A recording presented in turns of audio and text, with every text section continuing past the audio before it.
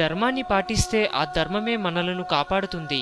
ధర్మో రక్షిత రక్షితః అన్నారు జ్ఞానులు.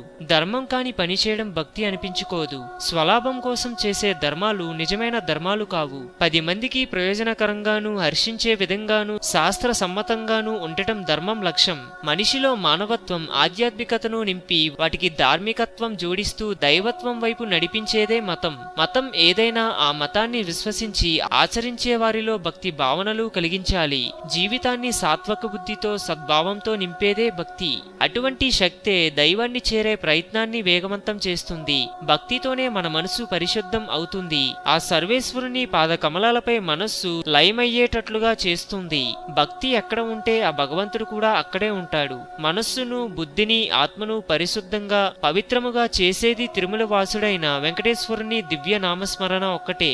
నిరంతరం ఆ వెంకటేశ్వరుని నామస్మరణ చేయడానికి తగిన శక్తిని సామర్థ్యాన్ని భక్తి భావనను ఇమ్మని ఆ స్వామిని ప్రార్థిస్తే ఆయనే మనకి ముక్తిని ప్రసాదిస్తాడు. హిందూయిజం గురించి మరెన్నో గొప్ప గొప్ప విషయాలను తెలుసుకోవడం కోసం మా ఛానల్ని సబ్స్క్రైబ్ చేయండి. ఈ వీడియో మీకు నచ్చినట్లయితే లైక్ చేయండి, షేర్ చేయండి.